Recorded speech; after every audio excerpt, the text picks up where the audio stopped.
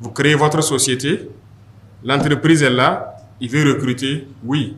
Il peut faire appel à une société de recrutement, il recrute le personnel pour lui, selon des critères bien fixés. Mais qu'est-ce qui se passe? Lui, il veut un travail dans une entreprise, il se fait recruter par la société. L'entreprise le paye par exemple 300 000 le mois, la société le paye 80 000.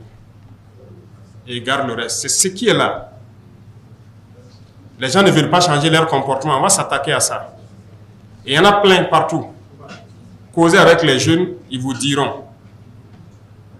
Vous trouvez que ce n'est pas de l'esclavage? Le gars, il travaille et c'est l'autre qui récupère tout. Et généralement, même, on ne le déclare pas à la caisse. Il est blessé, on le limoge. Il part à la retraite, il ne sait plus quoi faire. Il y a de l'esclavage que nous-mêmes, on s'administre. La dernière fois, la mairie a payé les travailleurs saisonniers là. Vous avez suivi ça? C'est de l'esclavage qui se passait. En 2022, dès octobre, ces gars-là se retrouvaient vers la résidence. Chaque matin, moi, je sortais, je les voyais et je les ai fait rencontrer pour comprendre. Quand ils ont expliqué leur situation, voilà. Mais pendant ce temps, des gens fêtaient leurs milliards à la mairie ici. Pendant qu'il y a des travailleurs, d'autres sont décédés. Que vous torpillez. C'est normal ça. Donc quand on va s'attaquer à des gens, il faut que tout le monde comprenne. Même si c'est votre cousin, c'est votre frère, il faut que vous compreniez. On ne va pas permettre à des gens d'esclavagiser des Burkinabés. Il y a beaucoup de mots dans notre société.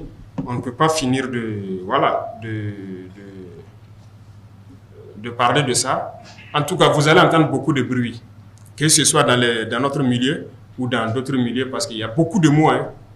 Voilà, il y a beaucoup de mots et on va s'attaquer à ça.